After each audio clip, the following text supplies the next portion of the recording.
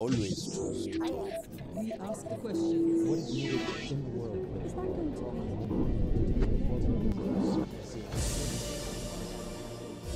Autor je više od 20 djela, romana, zbirki tekstova, eseja i pripovjetki. Pad Berlinskog zida i željezne zavjese obilježio je njegov, ali i život likova u njegovim romanima. Od aprila 2023. član je Akademije nauka i umjetnosti Bosne i Hercegovine, a u Sarajevu je promovisao Čestite ubice, roman za koji kaže da predstavlja odnos istoka i zapada i koji je inspirisan djelom BH autora Dževada Karahasana. Ingo Schulze za Al Jazeeru odgovara: ponavlja li se historija? Podižu li rat u Ukrajini i sadašnje geopolitičke prilike nove željezne zastore i koja je uloga umjetnosti? Warm welcome to Sarajevo, where you've often come as a guest, but this time the occasion is special as you're becoming the member of the Bosnian Academy of Science and Arts. How did that happen? How do you feel about it? And what is your role in the Academy? It's very good to be again here, and I can't tell you how does it happen that I was elected, but of course it's a big honor, and it's a privilege, and I also feel that I'm not only a tourist now in this city, so you come closer to this country, to this city, and maybe also to this history of this country, and I have to find out what will be my role in this academy. I have this wonderful colleague Dževad Karahasan, and I know Mile Babić, so I have two really friends there, and especially Dževad Karahasan inspired me a lot. I think he is one of the most important living authors of the world. I'm convinced of this, and I used one of his characters in my last novel, and I think without his character from his novel, it was published 2015 or 14, I can't finish my own novel. So I feel it's a big privilege, and I hope that I can be now more often in Sarajevo. But you've always cherished ties with this part of the world. Where does that come from? I was born in East Germany, and for me, and maybe all the other people in the GDR, Yugoslavia was the West. So we can't go to Yugoslavia. And then in 1990, and so East Germany come to the West, and then slowly Yugoslavia and the states after Yugoslavia, they went out of the West. So that was it's a strange movement behind this, and I was always interested in this area, but I could go only after 1990 years, and so I feel a lot is similar. You have, I find my own experience, but on the other hand, it's really far away from my own experience, and the history of this country and how it deals with today with this history. I think that's a big problem, and also the how to say, the political situation in Bosnia-Herzegovina, it's depend on nationalities, and it's not to elect in a democracy people with political wishes. So. Yeah, that was my next question, actually. Back then, after the fall of the Berlin Wall and after the end of the Cold War, not only Bosnia but the whole former Yugoslavia was a West for you, in your own words. But so how do you see it now? Where does it stand? Not only Bosnia, but the whole region.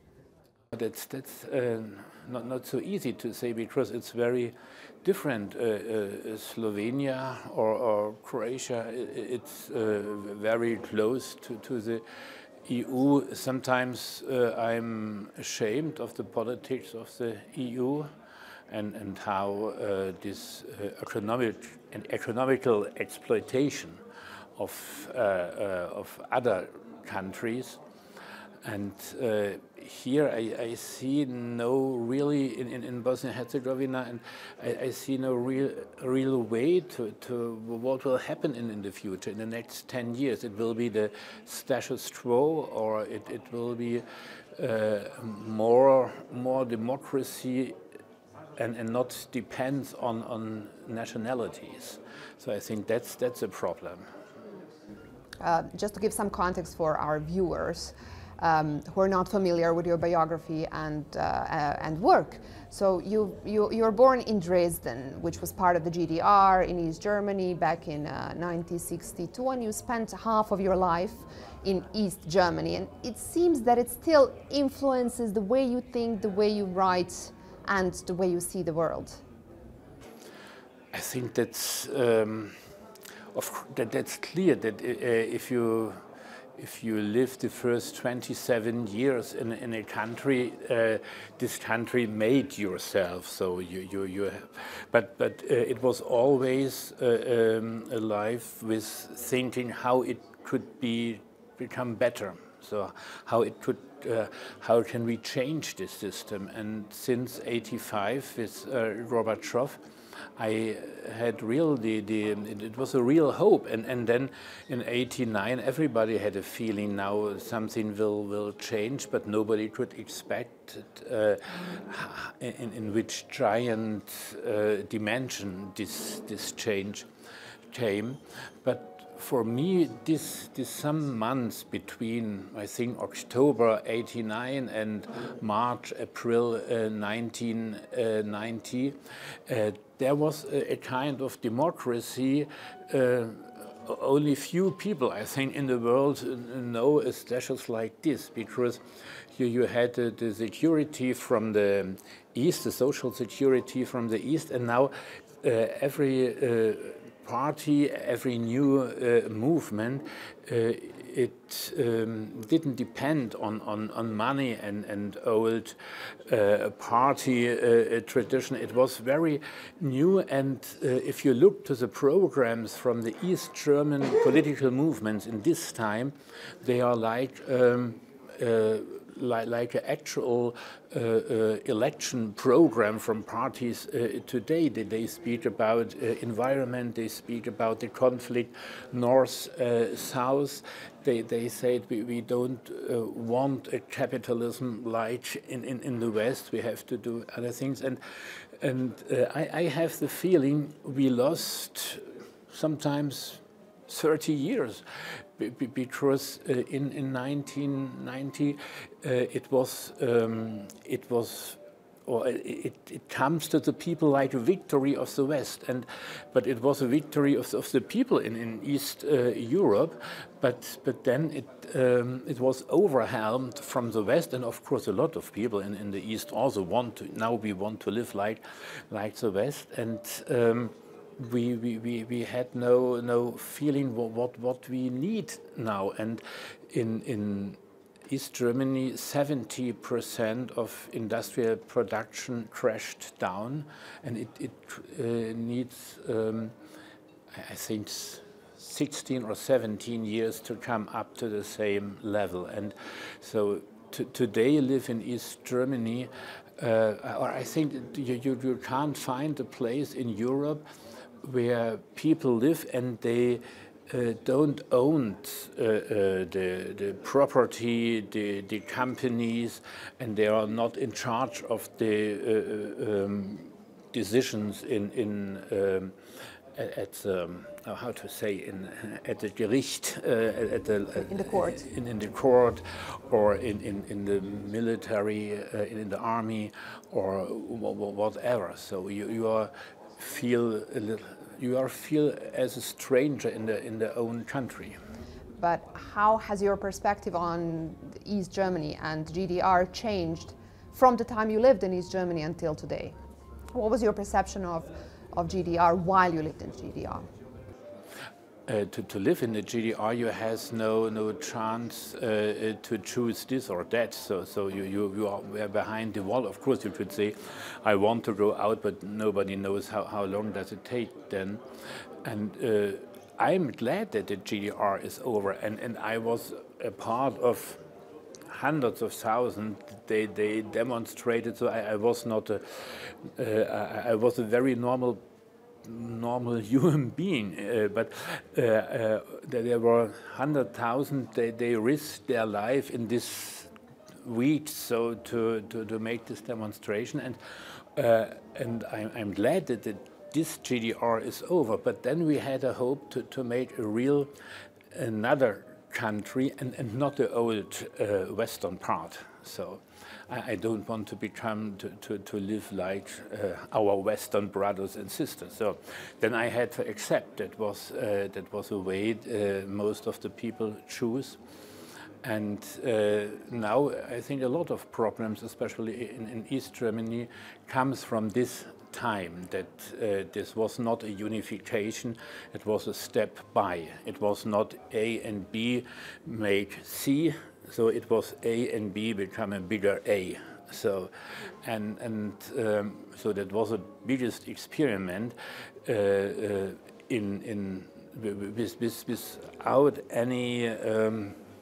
any time to have to arrange yourself and your country, your society to the new conditions. It was from today to tomorrow. Everything changed, really everything, and that was a big breakdown.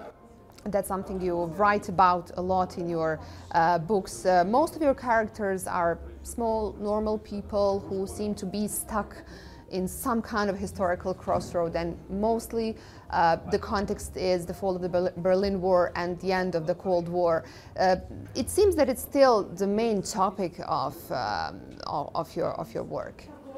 Oh, I think, and I hope not, because of course this 1819 is very important for me, but my characters, they live today, and of course the question is always why you are on this earth, in which world you live, how could I love, or who loves me, and all this very old, why I have to die, all this old mankind question.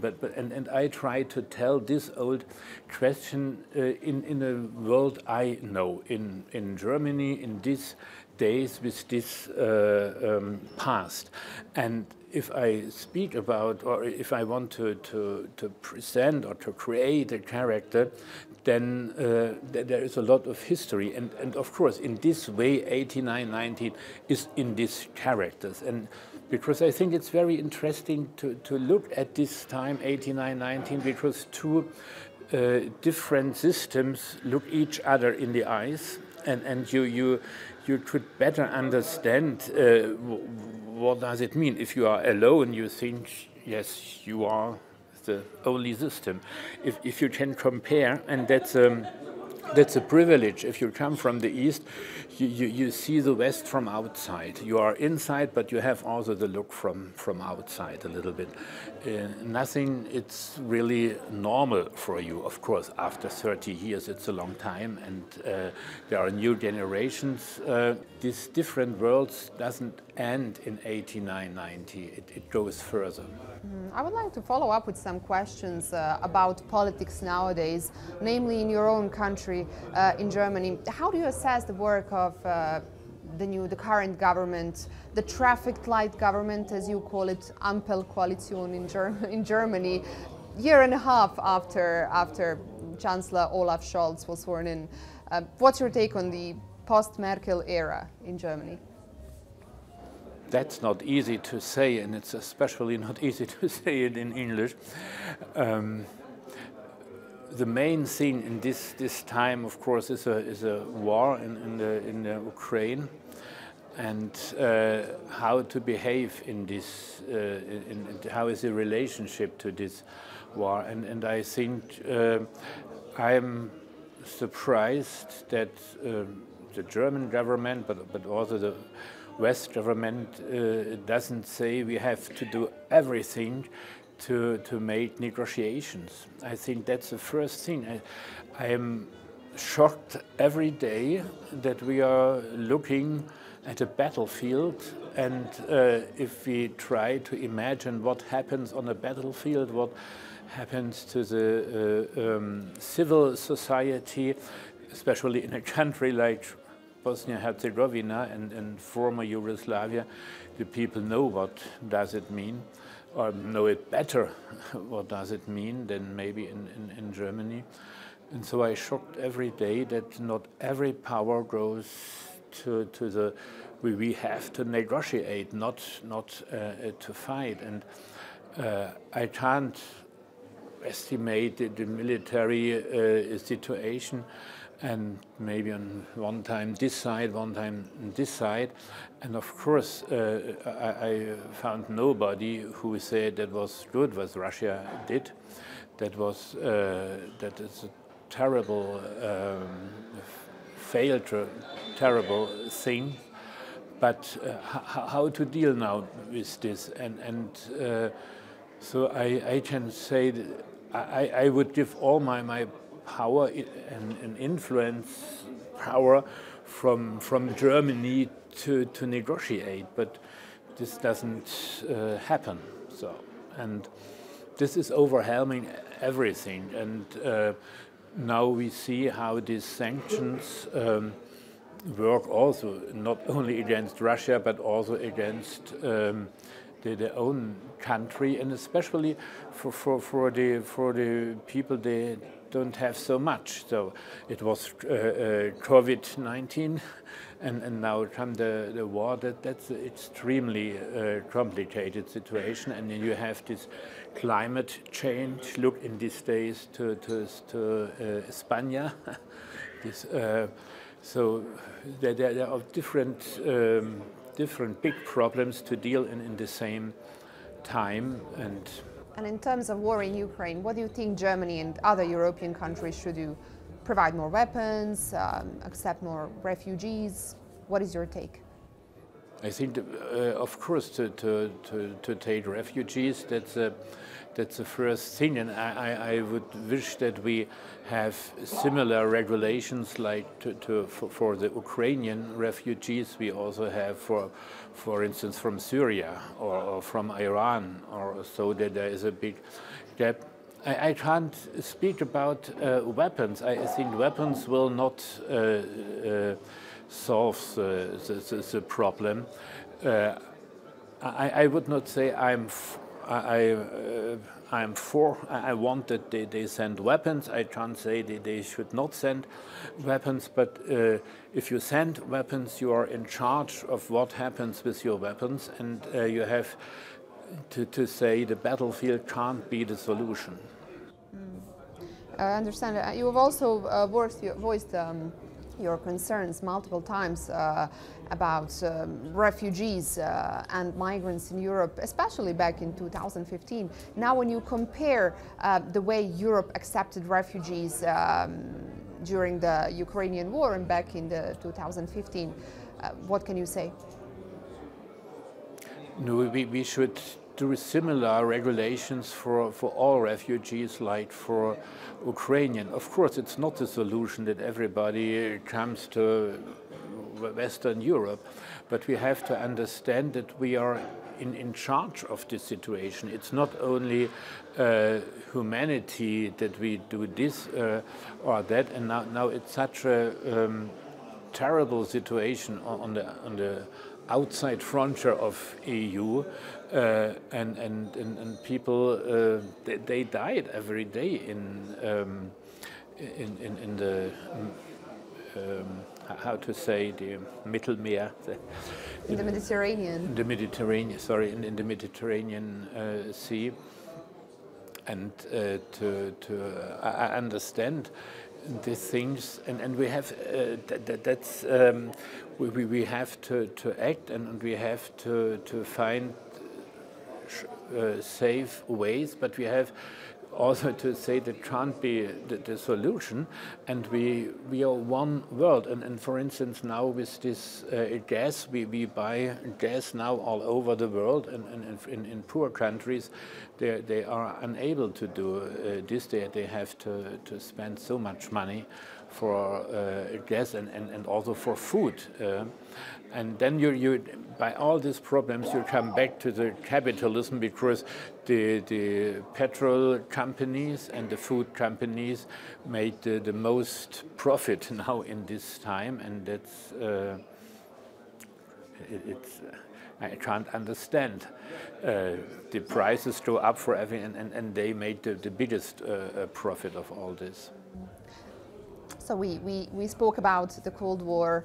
You experienced. What is your take on the situation geopolitically nowadays? Do you see the world as a scene for another Cold War? I'm really afraid that I come from a world, and they all was divided in two worlds, and I thought till the end of my life that will be more or less two worlds, and that was this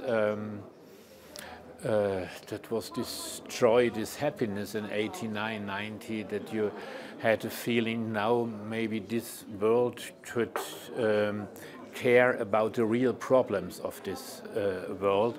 They have not to spend the money for weapons and for the army. And then we saw very fast what happens in Iraq, and then later in Yugoslavia, Kosovo war, and then Afghanistan, and again Iraq war. And I had a feeling when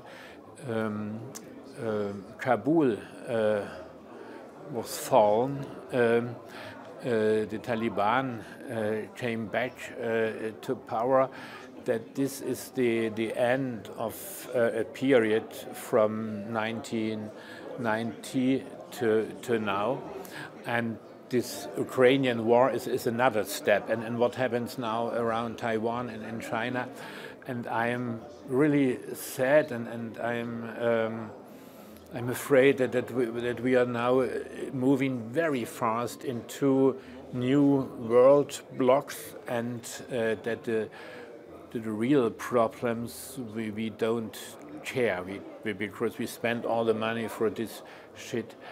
And as a writer, you can try to tell the stories. What does it mean for the people? What does it mean for the world?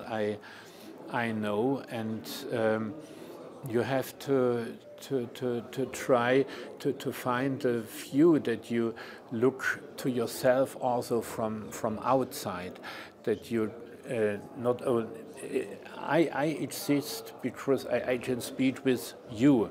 I am because there is something else, and I have a relationship, and I can't exist by myself. So it's always a relationship, and so and this is a fact in the individual life, but also in terms of a society, of the whole world, that you have always to look to the relationship, and you have to look how is the view from the other side to you.